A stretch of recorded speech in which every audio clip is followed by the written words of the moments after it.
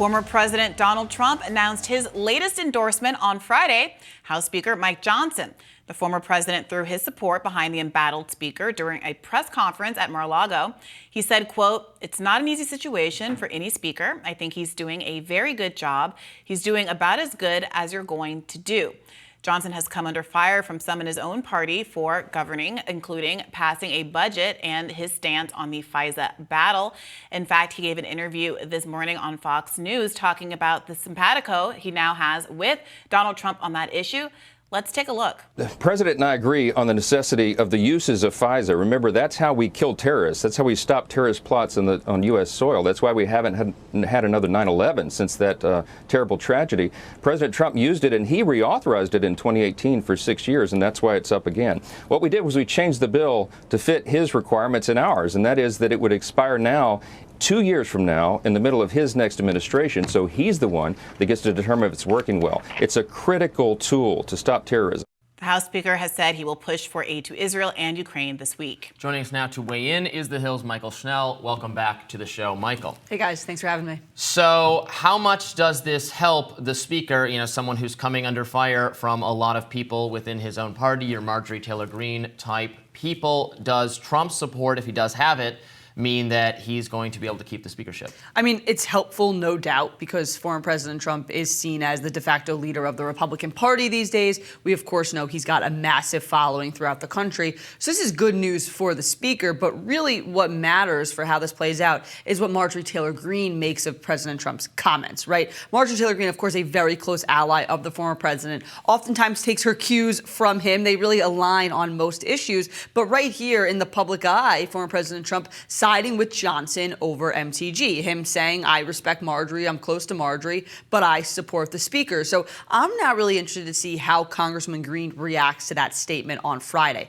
I've reached out to her office just for the time being, haven't heard back yet, but that's definitely going to be a question that folks have when lawmakers return to Washington today, because she holds all the cards here. And Kevin McCarthy enjoyed Trump's support as well, and that didn't end up mattering. Well, Kevin McCarthy enjoyed Trump's support. And, up to a point.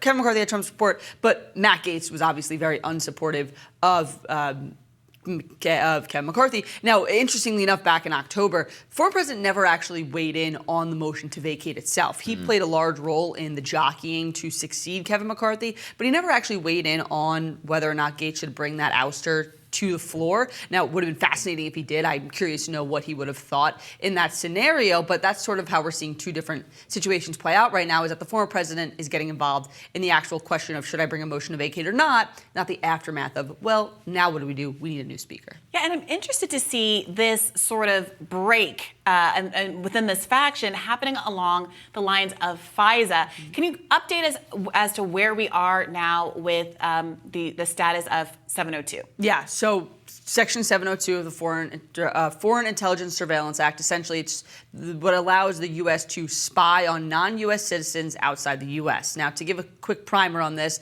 that sweeps up information of foreigners. It's how what the U.S. uses to spy on terrorists. But sometimes in that process, communications that those people being spied on have with Americans are swept up. And this has been really the main contentious part of this debate. There are privacy hawks folks on the Judiciary Committee who wanted to add a warrant requirement to the bill that says, well, before you want to view information on the Americans, you have to receive a separate warrant. Then there were folks on the Intelligence Committee and the White House who said that would muck up the process. You don't actually need that. These are communications that are swept up in lawful ways. So this was the big debate when you spoke about FISA. That came to the floor in an amendment led by Congressman Andy Biggs, a Republican from Arizona. And now, guys, it was a wild scene that played out on the House floor on Friday. An exact tie. An exact tie. So folks were saying that this amendment vote was going to be close, but everything's close in Congress these days because we have such a small majority for Republicans. We didn't know it was going to be this close. So I was in the House gallery watching the tally just go up and stay neck and neck, and ended up being 212 to 212.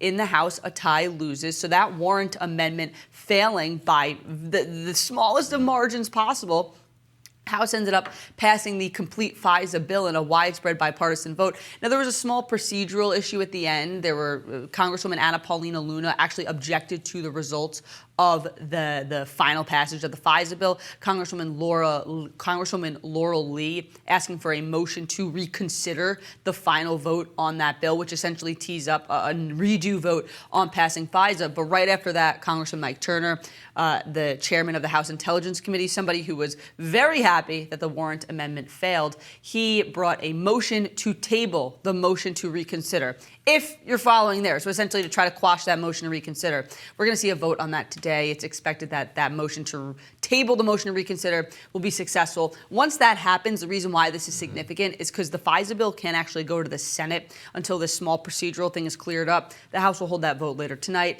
It's expected to be tabled, and off to the Senate it'll go because Friday's the deadline, guys. It's interesting to hear Mike Johnson describe his conversation with Trump as Trump being supportive of keeping FISA, of still being able for the government to use FISA to do its surveillance, when Trump has truthed, right, that he's very against FISA and that it was used to illegally surveil his campaign operative, and he thinks it's bad and he thinks it has to go. So is he going to come out and confirm whether he did actually say those things to the speaker? Well, two things there. First, there should be a caveat. The provision about Carter Page that former president has been talking about, that's not actually 702. That's a different section in FISA. So just to clear that up, he came out against it, but it wasn't exactly what folks were dealing with. So the former president, of course, he told lawmakers to kill FISA last week, and then that was hours before the House held a procedural vote that 19 Republicans ended up voting against the rule, which is pretty unprecedented. Usually, in this Congress, has become pretty frequent practice. But they voted against the rule, which essentially tanked the bill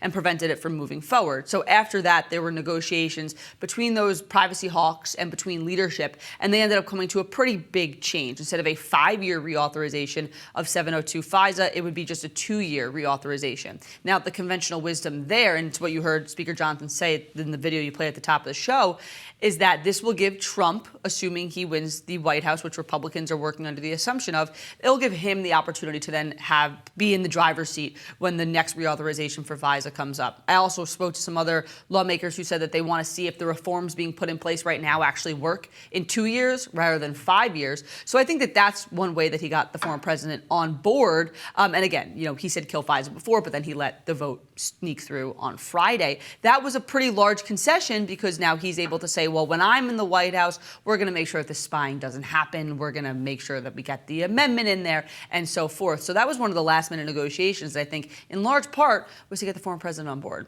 I mean, this does seem like a real turn of heel from Donald Trump from a messaging perspective. I mean, this has been really framed by so many in the kind of alternative MAGA media environment as a really important, almost populist issue. You have Congress members being unwilling to themselves be surveilled, having warrant requirements for themselves, while every other American has to be subject to the idea of the government rifling through your personal communications. What justification is there from a populist movement, the way that MAGA is presenting itself as being, and allowing it's good for me but not for thee kinds of politics to go forward? And to Robbie's point, Donald Trump has come out and branded himself, Marjorie Taylor Greene, have all been very, very strong on their opposition to FISA. I don't know quite how to parse that clip from Mike Johnson. Is this evidence of Trump's diminishing kind of power, authority, and sway? Is this an issue that he was never that invested in the first place, and that is why he's more persuadable in this instance? And does he still have the power to take a heel turn like this after having represented to the public that this was an important issue that was very much in his ideological and kind of broader vibe wheelhouse, and now say, oh, it's okay, I'm going to align myself not just with this policy that I've told you not to be a fan of, but with this person who has also come under fire for being too much of an establishment actor. In the speaker, yeah. So a few things there. First off, when we talk about the former president's sway, this was sort of an interesting dynamic because Trump came out against the initial FISA legislation really at the last minute. I mean, I think that it was like a middle of the night post on Truth Social that just came hours before this first procedural vote was going to happen. Now, well before Trump came out against it, we had a number of hardline conservatives, and not to mention a number of progressive lawmakers. I mean, you don't really very often see Congressman Gates align with Congresswoman Ocasio-Cortez on an issue, but they were very aligned. That Biggs amendment, Congressman Biggs, the former chair of the Freedom Caucus, co-sponsored it with Pramila Jayapal, the chair of the Congressional Progressive Caucus. Odd bedfellows on this one. So those privacy hawks, particularly on the Republican side, were already strongly against this initial FISA bill without Trump's influence. So the fact that he then came out and said, kill FISA, there's sort of this debate behind the scenes on Capitol Hill of how much that actually changed the dynamics. Of course, there's no way to ever know it, but it's very likely that a large number of those 19 who took the drastic step to tank the procedural vote would have done it even without the former president's sway, again, because this has been such a hot button issue for months. I mean, especially, Chip Roy was one of the main proponents of tanking that procedural vote. He's not shy to say that he's not the biggest fan of the former president. He was, of course, a DeSantis supporter. Sure. Before we let you go, we should ask about Ukraine, Israel funding. What is the status on all of that? It is all up in the air right now. So the latest that we have is, first off, last week before the Iran attack on Israel, the expectation was that Ukraine aid was going to finally come to the floor this week. It had been pushed back multiple times because of various different issues. Speaker Johnson was suggesting that this was going to be the week when he was going to,